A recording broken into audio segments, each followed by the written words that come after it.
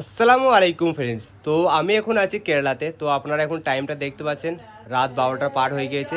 তো এই রমজান মাসের উপলক্ষে তো এখানে কেরালাতে একটা লোক অর্ডার দিয়েছে, মোটামুটি অনেকগুলো মালে অর্ডার দিয়েছে। তো সেই মালগুলো প্যাকিং করার জন্য এখনও রাত 12টা পর্যন্ত কাজ করছি। তো কি কি প্যাকিং করছি তো সেইগুলো আপনাদের দেখাবো।